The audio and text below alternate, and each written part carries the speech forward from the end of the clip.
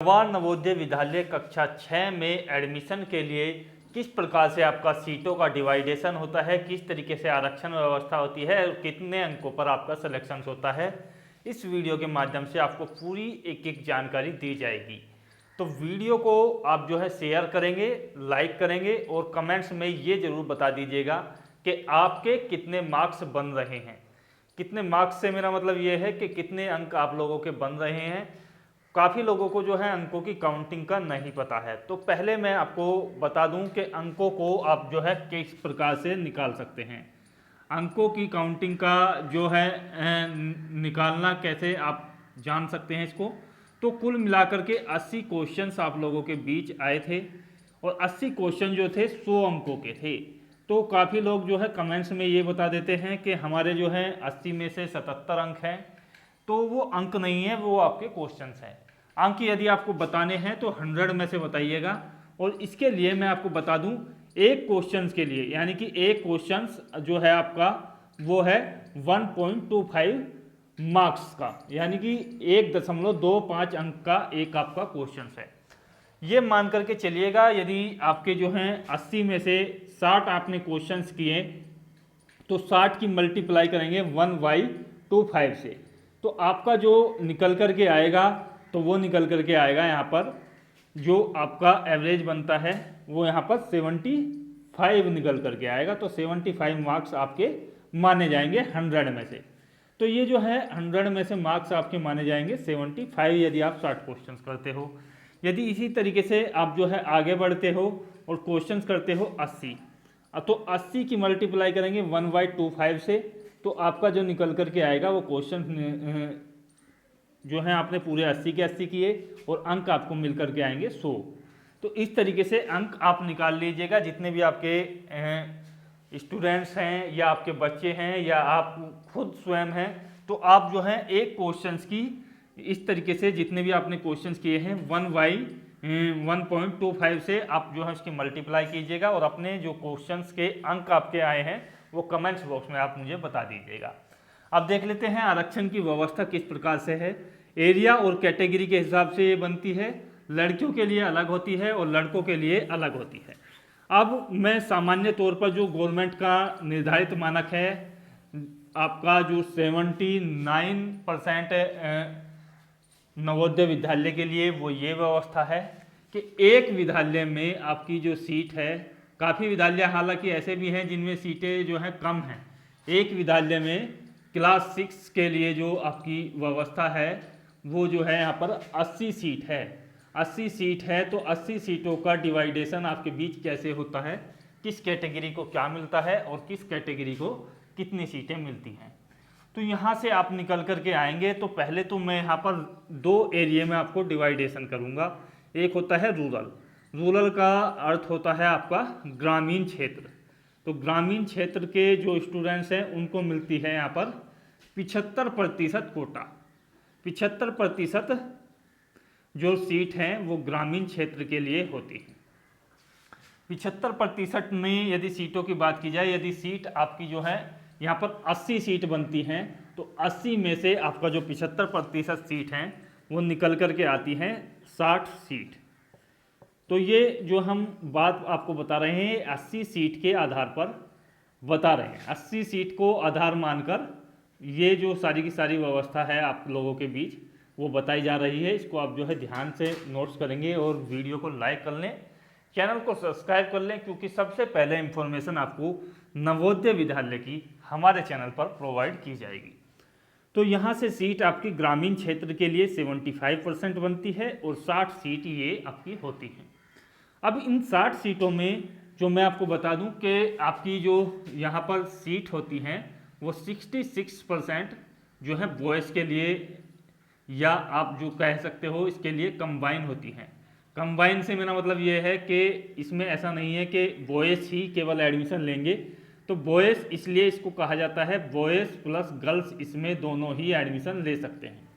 ऐसा नहीं है कि केवल लड़के इसमें एडमिशन लेंगे, वो तो मैंने लिखने के लिए इसलिए बता दी है क्योंकि ज़्यादातर लोग जो हैं इसी तरीके से इसको मानते हैं कि बॉयज़ और गर्ल्स।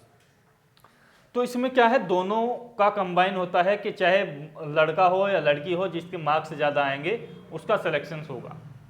दूसरी बात आपकी व्यवस्था की बैठ जाती है कि 33% जो सीटें हैं वो लड़कियों के लिए हैं, यानी कि गर्ल्स के लिए आरक्षित हैं। इसमें बॉयज़ जो है एडमिशन नहीं ले सकते हैं, केवल गर्ल्स ही इसमें एडमिशन लेंगी। तो यहाँ से लड़कियों के लिए जो है 33% सीटें बन जाती हैं।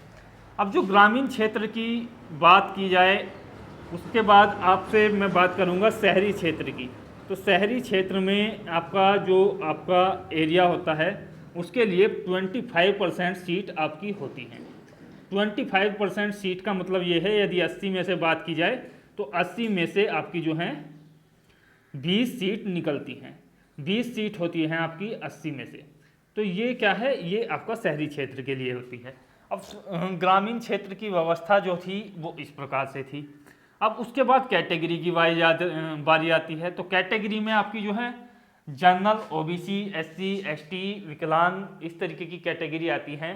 तो उसके बारे में मैं आपको बताऊंगा। पहले यहाँ से मैं क्लियर कर लेता हूँ कि ये जो कंबाइन वाली सीटें हैं, जिसको बॉयज़ के नाम से जाना जाता है वैसे ज़्यादातर आमतौर पर, तो यहाँ से जो 60 सीट हैं, यदि आप ग्रामीण क्षेत्र के लड़के हैं तो आपको फाइट करने का जो मौका मिलेगा वो आप समझ सकते हैं कि 60 में से आपको जो है यहाँ पर लगभग, यहाँ आप देख सकते हैं कि 1/3 सीट आपको मिलेगी, यानी कि 20 सीटें जो हैं लड़कियों के लिए होंगी यहाँ पर, ग्रामीण क्षेत्र की जो लड़कियाँ हैं, और आपको लिए 40 सीटें यहाँ पर होंगी।